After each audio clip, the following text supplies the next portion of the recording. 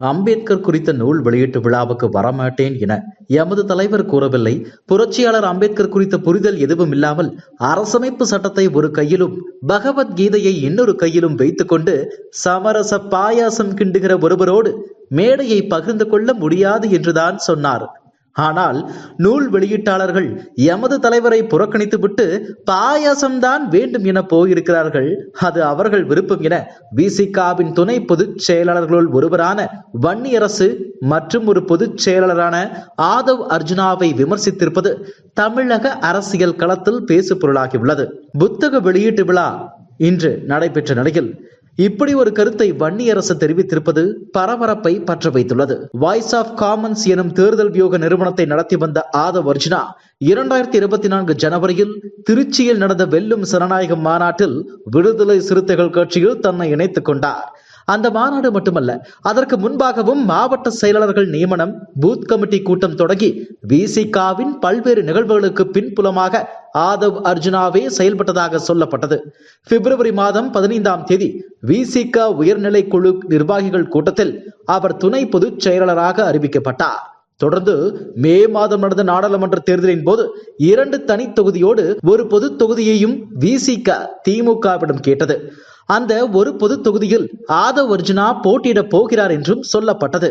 ஆனால் 2 தொகுதியில் மட்டுமே ஒதுக்கப்பட்டன.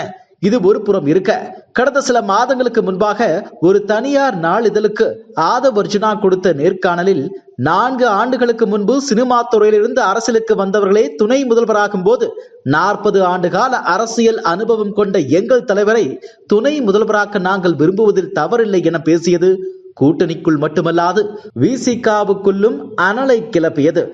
அது மட்டுமல்ல, விசிகாவின் மது ஒழிப்பு மாநாடு, அதற்கான அறிவிப்பின் போது அதிமுகவுக்கு அழைப்பு விடுத்தது என அந்த சம்பவங்களுக்கு பின்னாலும் ஆதவ் அர்ஜுனாவே இருப்பதாக சொல்லப்பட்டது.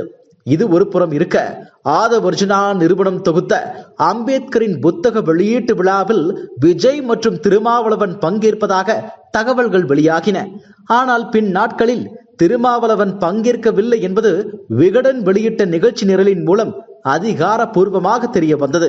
திருமாவும் விஜயும் ஒரே மேடையை பகிர்வதை கூட்டணி கட்சியான திமுக விரும்பவில்லை என்பதற்காகவே திருமாவளவன் இந்த முடிவை எடுத்துள்ளார் என்கிற தகவல்கள் வெளியாகின. அது தொடர்ச்சியாக பேசு பொருளாகவும் இருந்தது. இது குறித்து திருமா மிக நீண்ட விளக்கம் ஒன்றை அறிக்கையாகவும் வெளியிட்டார். இந்த நிலையில் விசிகாவின் துணை பொதுச் செயலாளர் வன்னியரசு தனது எக்ஸ் தளத்தில் அம்பேத்கர் எல்லோருக்குமான தலைவர் அம்பேத்கர் எனும் நூல் வெளியீட்டு விழாவில் திமுக கொடுத்த நெருக்கடியால் தான் எங்கள் தலைவர் போகவில்லை என உள்நோக்கம் கற்பிக்கிறார்கள். அம்பேத்கர் குறித்த நூல் வெளியீட்டு விழாவுக்கு வரமாட்டேன் என எமது தலைவர் கூறவில்லை. புரட்சியாளர் அம்பேத்கர் குறித்த புரிதல் எதுவும் இல்லாமல் அரசமைப்பு சட்டத்தை ஒரு கையிலும் பகவத்கீதையை இன்னொரு கையிலும் வைத்துக்கொண்டு சமரச பாயாசம் கிண்டுகிற ஒருவரோடு மேடையை பகிர்ந்து கொள்ள முடியாது என்றுதான் சொன்னார். ஆனால் நூல் வெளியீட்டாளர்கள் எமது தலைவரை புறக்கணித்து விட்டு பாயாசம்தான் வேண்டும் என போயிருக்கிறார்கள். அது அவர்கள் விருப்பம். ஆனால் எங்கள் தலைவர் நிகழ்ச்சியை புறக்கணித்து விட்டார் என்ற பொய் பிரச்சாரத்தை ஊக்குவிப்பது எமது தலைவரை அவமதிப்பது மட்டுமல்ல, புரட்சியாளர் அம்பேத்கரையும் அவமதிப்பதே ஆகும் என பதிவிட்டுள்ளார். வன்னியரசின் இந்த பதிவில் விஜயை மறைமுகமாக விமர்சித்திருப்பதோடு ஆதவ் அர்ஜுனாவையும் விமர்சித்திருப்பதுதான் தற்போது பேசு பொருளாக மாறியிருக்கிறது.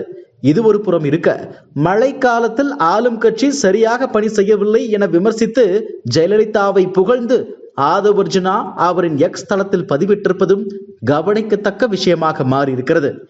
இன்று நடந்த அம்பேத்கர் புத்தக வெளியீட்டு விழாவில் பேசிய ஆதவ் அர்ஜுனா தமிழகத்தின் புதிய கருத்தியல் விஜய் என புகழ்ந்து பேசினார். மேலும் அம்பேத்கருடன் விஜய் இருப்பது போன்ற புகைப்படத்தை விகடன் குழுவினர் பரிசாக விஜய்க்கு வழங்கினர். இந்த நிகழ்வே நடப்பது ஆதவ் அர்ஜுனா தலைமையில்தான் என்பது அனைவருக்கும் தெரிந்ததே.